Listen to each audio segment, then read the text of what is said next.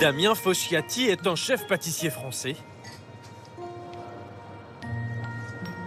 Malin Eklund, son épouse, est suédoise. Mariés dans la vie et associés, ensemble avec leur pâtisserie, ils ont conquis Stockholm.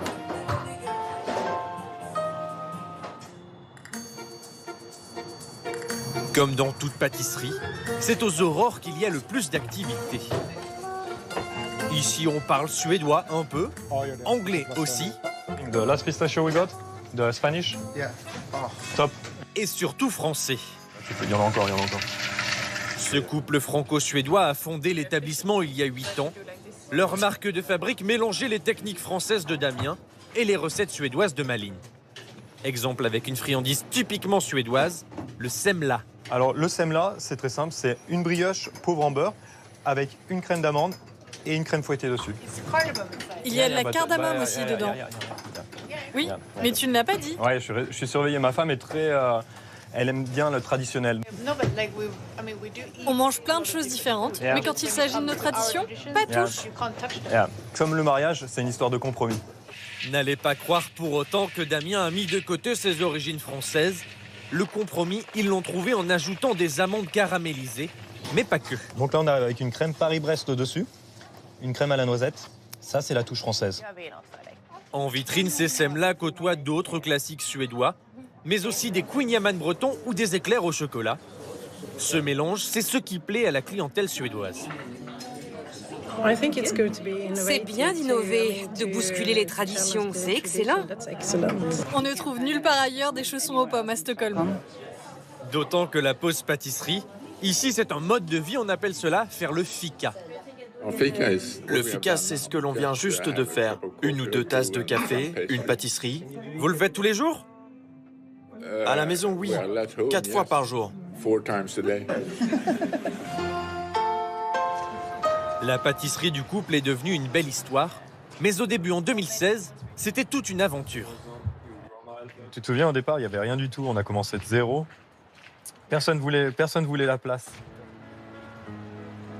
Damien est tombé amoureux de la capitale suédoise, une ville éparpillée dans un archipel et figée dans le froid en hiver.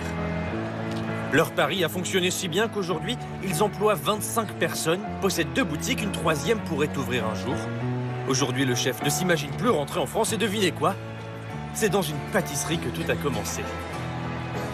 Je viens d'une petite ville qui s'appelle Voiron, à côté de Grenoble.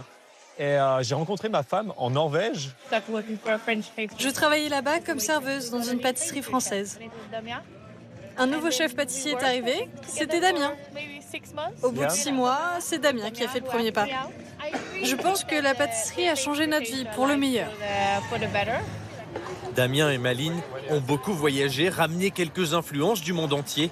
Mais quand il s'agit de leurs produits, ils choisissent essentiellement des fournisseurs locaux.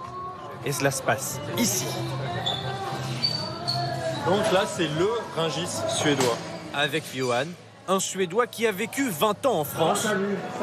Bien pratique pour échanger avec Damien, qui ne maîtrise pas totalement le suédois. Ah, le Johan, là, qu'est-ce qu'on a là? C'est des DRL, ça? C'est des RL, c'est une baie d'RL, très populaire en Suède. Un peu d'amertume, ouais, j'aime beaucoup. Donc là, acide, amer, sucré, ça c'est parfait. Ouais. Ça va être bien, ça.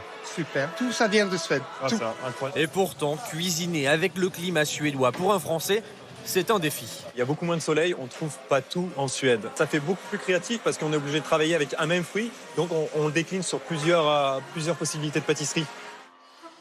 Du grossiste à l'assiette, il n'y a qu'un pas. Nous allons retrouver les RL dans une préparation typiquement française cette fois, un macaron. Ce que je suis en train de faire là, je suis en train de macaronner.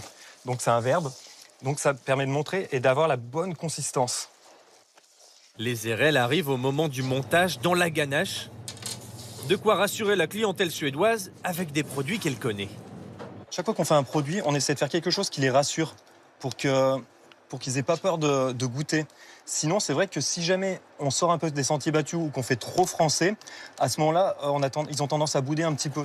Avec leur équipe, ils produisent ainsi entre 500 et 1000 macarons par semaine.